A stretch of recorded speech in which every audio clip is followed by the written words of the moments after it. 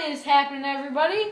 It's CJ from Dream Diecast Cars, and today you probably noticed that I am not at the same place where I usually make my videos, and that's because I am at the Vbom's house. Say hello, Bernardo. Hello. Thank you for that. If you haven't already noticed, today I'm going to be doing a review of this Lamborghini Aventador made by Bernardo. First, we should probably start at the front of the car. Now, the car is not as detailed as those like MR collections and BBR, but it's still pretty good for a $30 car. Unlike the MR collection, this logo is a sticker, unfortunately. But also, to the detail, the headlights are perfectly detailed. You got those little LED lights in the front, and then the major LED light in the back. When you look farther down on the front, you'll notice that Bernardo copies this splitter quite nicely. But one problem is that these grills on either side are not copied very nicely. They don't look too bad, but if you're really reviewing a car and you're looking really deep in, you'll notice that they're not separate little holes. It's just one piece of plastic that's been molded. Now, one of the things about the side of the car, and I know this isn't exactly the exterior, it's just something that's really cool, are these doors. The doors are really great because they open up exactly like the ones on the real car do, and they don't fall down. When scissor doors are put on model cars, and those are the ones that go straight up, they usually fall down. And I'm kind of shocked that these don't. What? Like the Murcielagos.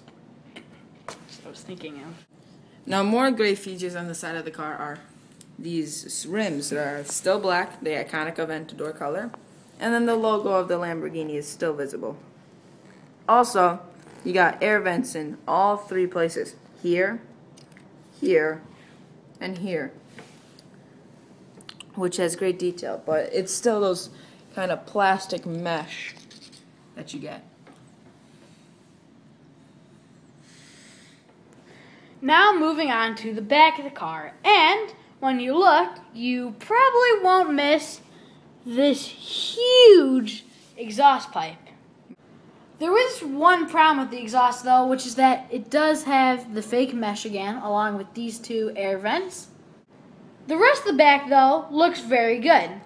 These brake lights look very realistic and not like the ones that you get on most cheap cars, such as the Mercedes-Benz SLS AMG. And this light right here, though I don't think it's a real light, does not look so bad. It's a sticker. Another great feature on the car is the license plate. It says Aventador in its signature letters. Also, if you look very closely, this little black box, that is the rear view camera that is provided in the real car. Also, you get the sticker that says Lamborghini above, very detailed. Now, there are two more things that we have to cover before we get to the interior. The first thing is the engine. The engine of the Aventador is very detailed. You got mesh, which actually feels like a real one, but it isn't.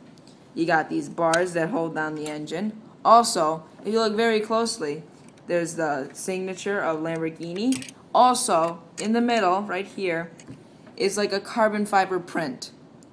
And to add to the detail, Bernardo added a sticker that says V12.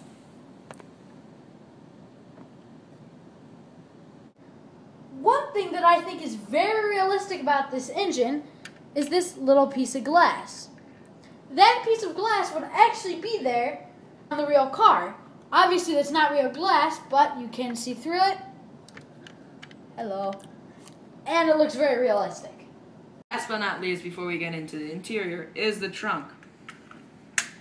Now, Bernardo didn't do much detail in here. Usually with more expensive cars you get felt. But unfortunately you don't, it's just plastic. But it has some good space. You can hide some money in here. That's what I'm saying. That's what I usually do. Just to make sure. Thank you for telling everyone that, Bernardo. You're welcome. Now, to the interior. As the camera moves closer, you'll see the door sill says Aventador in chrome, which is awesome. Also, the pedals are also made out of chrome. And then the steering wheel has the logo of Lamborghini with the paddle shifters in the back. And then buttons here with the dashboard, as usual. Great detail. Some more realistic stuff on the interior are the seats. Even though they're made of plastic, they have the seat adjusters down there. And they're lined with orange and black colors to look very realistic. And these little lines that go through it. You'll see all this stuff on the real Aventador.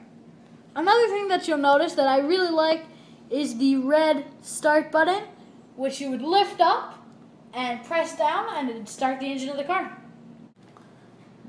Bernardo and I give this car a final grade of an A-. So with that said, thank you for watching.